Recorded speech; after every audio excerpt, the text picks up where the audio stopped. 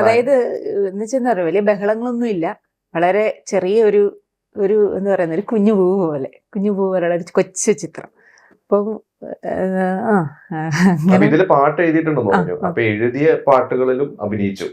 അതെ, അത് വളരെ അപൂർവമായിട്ട് മാത്രം കിട്ടുന്ന ഒരു അത് ശരിക്കും പറഞ്ഞു കഴിഞ്ഞാൽ ഭയങ്കര ഒരു ഭാഗ്യമായിട്ട് തന്നെ കരുതുന്നത്. കാരണം നമുക്ക് എന്നൊരു ഞാൻ അഭിനയത്തെ ഞാൻ ഒരുപാട് മിസ്റ്റേക്സ് ഒക്കെ വന്നിട്ടുണ്ട് അഭിനയത്തിന്. ഞാൻ അങ്ങനെ വലിയ സംഭവമാണെന്നൊന്നും എടുത്ത് പറയുകയല്ല. പക്ഷെ എന്നാലും ആ ഒരു നമ്മൾ ഈ എഴുതുന്ന അത് തന്നെ നമ്മൾ അത് അഭിനയിക്കുക എന്ന് പറയുമ്പോൾ നമുക്ക് നമ്മൾ പറയുന്നത് എന്താണ്, നമുക്കൊരു ഇതെല്ലാം ശരിക്കും പറഞ്ഞ് എഴുതുമ്പോഴും നമ്മൾ ഈ ഒരു സങ്കല്പമാണല്ലോ, സാങ്കല്പിക ലോകം. നമുക്ക് എങ്ങനെ വേണമെങ്കിലും ഇതിലൂടെ അഭിരമിച്ചു പോകാം. അപ്പം നമ്മളത് അഭിനയിക്കുക എന്ന് കൂടെ പറയുമ്പോൾ നമുക്കത് ഈ സങ്കല്പിക്കുന്ന സാധനം നമുക്കൊരു റിയലായിട്ട് വരുന്നത് പോലെ നമുക്ക് കൊണ്ടുവരാമല്ലോ. അപ്പം അതൊരു ഭയങ്കര ഭാഗ്യം. എഴുതുന്ന കാര്യം അഭിനയിക്കാൻ കഴിയുക. പിന്നെ അത് തന്നെയല്ലേ ഈ പാട്ടിൻ്റെ റെക്കോർഡിങ് ഉൾപ്പെടെ ഇതെല്ലാം.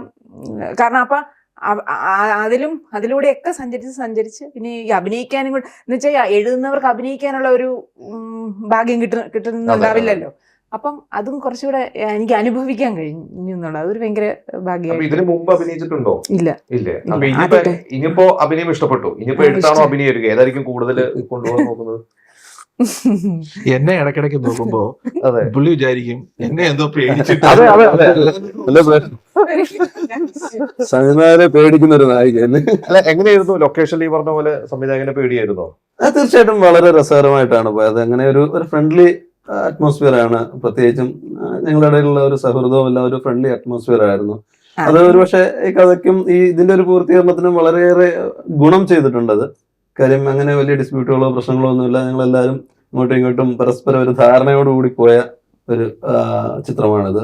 അതുകൊണ്ട് അതിന്റെ ഒരു പൂർത്തീകരണത്തിൽ എങ്ങനെയായിരുന്നു, ഞാൻ ചോദിച്ചു, ഇതിന്റെ സ്ക്രിപ്റ്റ് ഒക്കെ ആദ്യം നിങ്ങൾക്ക് എല്ലാം പറഞ്ഞു തന്നിട്ട് അഭിനയിച്ച് കാണിച്ചിരുന്നു? അങ്ങനെ എങ്ങനെയായിരുന്നു നിങ്ങൾ അഭിനയിക്കാൻ തുടങ്ങുന്നതിന് മുമ്പ് കംപ്ലീറ്റ് ആയിട്ട് പറഞ്ഞു തന്നിട്ടുണ്ടായിരുന്നു? അതായത് ഇത് ഇപ്പം ഞാൻ വരുന്ന സമയത്ത് എന്ന് പറയുന്നത് ഇത് ഒരു ഫിലിമായിട്ടല്ല നമ്മൾ തുടങ്ങിയത്, ഒരു ഷോർട്ട് ഫിലിമായിട്ടായിരുന്നു തുടങ്ങിയത്. അന്ന് അതിന്റെ ഒരു കാര്യം, ഞാൻ വെളിയിലായിരുന്നല്ലോ, ഞാൻ യു എയിലായിരുന്നു. അപ്പം അതിന്റെ ഒരു കൺക്ലൂഷൻ നമുക്ക് പറഞ്ഞു തന്നു, ഇന്നതാണ് സംഭവം, ഇവിടെ വന്നിട്ട് നമുക്ക് ബാക്കി നോക്കാം എന്ന്. ഇവിടെ വന്ന് നമ്മൾ അത്യാവശ്യം അതിനെക്കുറിച്ച് ഇരുന്ന സ്ക്രിപ്റ്റ് നോക്കി അത്യാവശ്യം ചർച്ച ചെയ്യുകയൊക്കെ ചെയ്തിട്ടാണ് അത് തുടങ്ങിയത്. തീർച്ചയായിട്ടും. അപ്പൊ അതിന്റെ ആ ഒരു കാര്യങ്ങളെല്ലാം വളരെ കൃത്യമായിട്ട് രമേശ് കൃത്യമായിട്ട് അത് പറഞ്ഞു തന്നിട്ടുണ്ട്. അത് ഒരു സംവിധായകൻ എന്നുള്ള 100% നീതി പുലർത്തുന്നുണ്ട്. കൃത്യമായിട്ടുള്ള ആ ഒരു എങ്ങനെ ചെയ്യാം അതിനെക്കുറിച്ച് ഒരു വ്യക്തമായ ഒരു ധാരണയുണ്ട്.